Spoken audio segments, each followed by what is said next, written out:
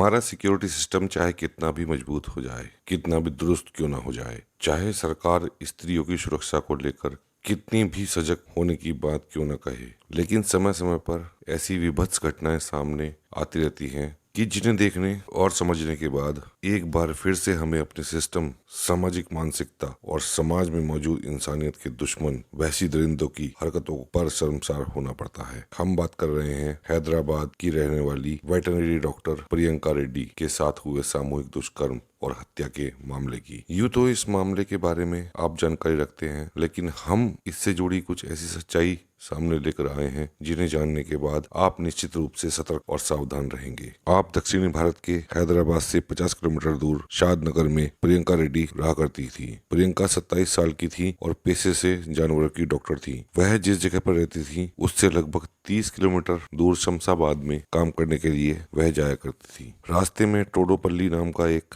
Toll plaza पड़ता था। प्रियंका अपने घर से स्कूटी से निकलती थी और टोडापल्ली टोल प्लाजा पर वह स्कूटी खड़ी करके वहां से पब्लिक ट्रांसपोर्ट के जरिए अपने वर्क प्लेस पर पहुंच जाती थी। यही प्रियंका का डेली रूटीन था, घर से निकलकर टोल प्लाजा पर गाड़ी खड़ी करना और फिर वहां से एक कैब या टैक्सी लेकर अपने क्लिनिक पर जाना। लौटते समय वापस टोल प्लाजा तक आती थी और फिर वहां से स्कूटी उठाकर अपने घर चली जाती थी। और कुछ इसी रूटीन के तहत प्रियंका 27 नवंबर 2019 को अपने घर से निकली। टोल प्लाजा पर उसने अपनी स्कूटी खड़ी की और फिर टैक्सी लेकर अपने क्लिनिक पहुंच गई। शाम को जब उसने अपना काम खत्म किया तो वापस टोल प्लाजा पर आई, लेकिन आज वो टोल प्लाजा पर आने में कुछ लेट हो गई। उस लेट लतीफी का कारण उसने अपने घर वालों को पहले ही बता दिया था। दरअसल प्रियंका को त्वचा से संबंधित कोई रोग था जिसे डॉक्टर को दिखाना था। इसके लिए उसने डर्मेटोलॉजिस्ट से यानी कि त्वचा के रोग संबंधी विशेषज्ञ से संपर्क किया और उसने अपॉइंटमेंट लिया। क्लिनिक में अपना काम खत्म करने के बाद प्रियंका डॉक्टर के पास गई। उसने अपना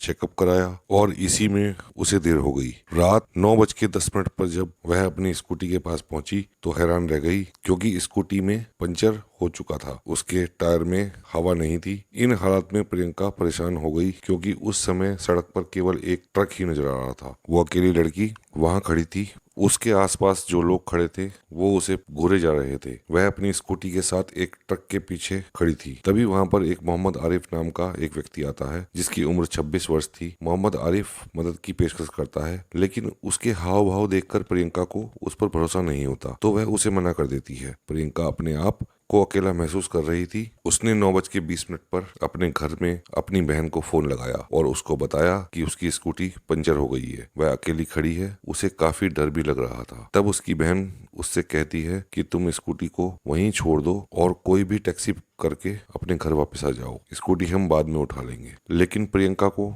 अपनी स्कूटी इस तरह लावारिस छोड़ना ठीक नहीं लगा। थोड़ी देर बाद प्रियंका के पास एक और लड़का आया जिसका नाम जोलू शिवा था। उसने प्रियंका से मदद की पेशकश की। प्रियंका ने इस पर भरोसा किया और उसे अपनी मदद के लिए हाँ कह दिया। जोलू शिवा उसकी स्कूटी लेकर गया। जिस जगह वह स्कूटी बनवाने के लिए पहुंचा वो दुकान बंद हो गई थी। वापस आकर उसने प्रियंका को बताया कि दुकान बंद हो गई है, लेकिन थोड़ी ही दूरी पर दूसरी दुकान है, अगर स्कूटी को ट्रक में लाद कर वहां तक ले जा सकते हैं। लेकिन प्रियंका को इस तरह स्कूटी को ट्रक में लादना ठीक नहीं लगा, तो उसने उसे मना कर दिया। इसके बाद जोलू शिवा वहां से चला गया। इस दौरान प्रियंका का फोन चालू था और कॉल पर उसकी बहन थी, जो इस पूरे घटनाक्रम को सुन रही थी। 9:44 पर प्रियंका का कॉल कट गया। जब प्रियंका की बहन ने घर से उसे फिर से फोन लगाया तो प्रियंका का फोन स्विच ऑफ बताने लगा। प्रियंका की बहन ने सोचा कि शायद प्रियंका के फोन की बैटरी डाउन हो गई है, इसलिए वह स्विच ऑफ हो गया है। प्रियंका कोई न कोई टैक्सी पकड़कर वापस आ जाएगी। लेकिन 2 घंटे बीत जाने के बाद भी प्रियंका घर वापस नहीं आई, ना ही उससे फोन पर बात हो पाई। प्रियंका की बहन और उसके घर वाले काफी परेशान हो जाते हैं। तकरीबन 12 बजे वह घर से निकलते हैं और अपनी बहन को ढूंढने की कोशिश करते हैं। टोल प्लाजा पर जिस जगह पर उसकी बहन स्कूटी पार्क करती थी वो वहां पहुंच जाते हैं, लेकिन वहां ना तो प्रियंका थी और ना ही प्रियंका की स्कूटी थी। तब प्रियंका की बहन नजदीक के साइबराबाद पुलिस स्टेशन पहुंचती है और वहां से उसे शमशाबाद पुलिस स्टेशन के लिए टरका दिया जाता है। वो भागती हुई शमशाबाद पुलिस स्टेशन पहुंचती है। वहां पुलिस को तमाम बातें बताती है कि किस तरीके से उसकी बहन की स्कूटी पंचर हुई, फिर वो अकेली फंस गई और अचानक उसका फोन बंद हो गया। पुलिस इस मामले की गंभीरता को समझती है और वह सीधे घटनास्थल पर पहुंचती है। वहां से प्रियंका की तलाश शुरू होती है। प्रियंका के परिवार वाले भी वहां इकट्ठा हो जाते हैं। ये लोग रात भर प्रियंका को तलाश करते रहते हैं, लेकिन प्रियंका कहीं नहीं मिलती। दोस्तों, वीडियो में आगे बढ़ने से पहले आप सभी दोस्तों से मेरी रिक्वेस्ट है कि मेरे चैनल को सब्सक्राइब करें, नोटिफिकेशन बेल दबाकर नोटिफिकेशन ऑन करें ताकि आने वाली कहानियां लगातार आपको मिलती रहें। अब चलिए चलते हैं कहानी की तरफ। अगले दिन 28 नवंबर को सुबह घटना स्थल से 25 किलोमीटर की दूरी पर चट्टनपल्ली नाम की जगह पर शमशाबाद पुलिस को एक लाश के मिलने की सूचना मिलती है। वो लाश बुरी तरह जल गई थी। उसकी पहचान कर पाना बहुत मुश्किल था। सुबह सुबह एक दूध वाला इस जगह पर बने फ्लाईओवर से गुजर रहा था, तब उसने जली हुई चीज देखी। उसने नजदीक जाकर देखा तो उसे समझ में आया कि यह किसी की डेड बॉडी है। उसने पुलिस को सूचना दी। पुलिस को उस डेड बॉडी के पास से एक दुपट्टे का टुकड़ा भी मिलता है। रात में ही पुलिस को प्रियंका के गुम होने की खबर मिली थी और उसकी पहचान के चिन्ह भी पुलिस को मालूम थे। इसलिए पुलिस समझ गई कि यह लाश प्रियंका की ही है। प्रियंका की फैमिली को लाश की शिनाख्त के लिए बुलाया जाता है। प्रियंका के परिवार वाले लाश के पास से मिली चीजों के आधार पर उसकी पहचान कंफर्म करते हैं। इसके बाद पुलिस डेड बॉडी को पोस्टमार्टम के लिए भेज देती है। पोस्टमार्टम की रिपोर्ट में इस बात का खुलासा होता है कि मरने से पहले इस लड़की के साथ दुष्कर्म हुआ है और फिर उसे गला दबाकर मार दिया गया। बाद में उसके शरीर पर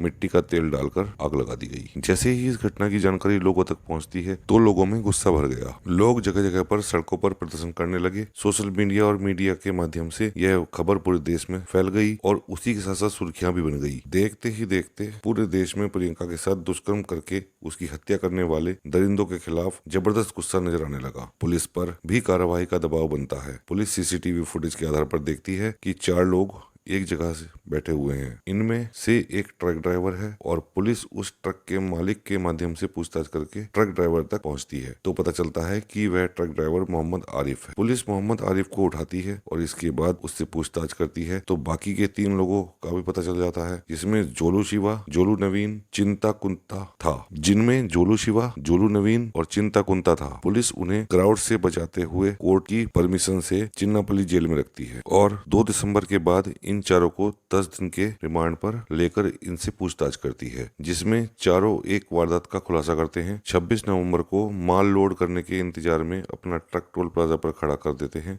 27 नवंबर को सुबह जब प्रियंका अपनी स्कूटी जिस ट्रक के पास खड़ी करती है वो आरोपियों का ही था। प्रियंका टैक्सी लेकर चली जाती है। प्रियंका को देखकर ही इन चारों की नीयत उस पर खराब हो जाती है। जोलू नवीन प्रियंका के स्कूटी को पंचर कर देता है। इसके बाद यह चारों प्रियंका के आने का वेट करते हैं और खूब शराब पीते हैं। रात में जब प्रियंका आती है तो स्कूटी को पंचर देखकर परेशान हो जाती है। इसके बाद की कहानी मैं आपको पहले बता चुका हूँ। प्रियंका को अकेला पाकर ये चारों उसके साथ गलत काम करते हैं और जब वो चीखने लगती है तो उसके मुंह में कपड़ा ठूस देते हैं। जबरदस्ती उसे शराब पिलाते हैं। जब इन चारों का काम खत्म हो जाता है तो उसे ये गला घोटकर मार देते हैं। उसकी बॉडी को कंबल में लपेटकर ट्रक के पिछले हिस्से में रखते हैं। फिर उसे ठिकाने लगाने के लिए चल देते हैं। 2 लोग प्रियंका की स्कूटी लेकर पेट्रोल पंप पर जाकर बोतल में पेट्रोल लेने की कोशिश करते हैं पर उन्हें पेट्रोल नहीं मिलता। इसके बाद ट्रक में रखे हुए स्टोव में जो केरोसिन था उसको निकालते हैं और फ्लाईओवर के नीचे प्रियंका की डेड बॉडी पर केरोसिन छिड़ककर आग लगा देते हैं। पुलिस चारों आरोपियों को लेकर क्राइम सीन पर जाती है। प्रियंका की स्कूटी बरामद होती है, लेकिन इसके बाद ये चारों पुलिस की बंदूक छीनकर पुलिस पर हमला करते हुए वहां से भागने की कोशिश करते हैं। पुलिस उन्हें रुकने के लिए कहती है लेकिन वह नहीं वह सुनते ही नहीं और फाइनली गोलीबारी में ये चारों मारे जाते हैं। पूरे देश में इस कारनामे की जबरदस्त प्रशंसा होती है। वैसे आप इस बारे में क्या सोचते हैं, क्या कहना चाहते हैं, कमेंट बॉक्स में जरूर बताएं। सो दोस्तों, ये थी कहानी डॉक्टर प्रियंका जो कि एक वेटनरी डॉक्टर थी। मिलते हैं जल्द ही नेक्स्ट वीडियो में। जय हिंद, जय भारत।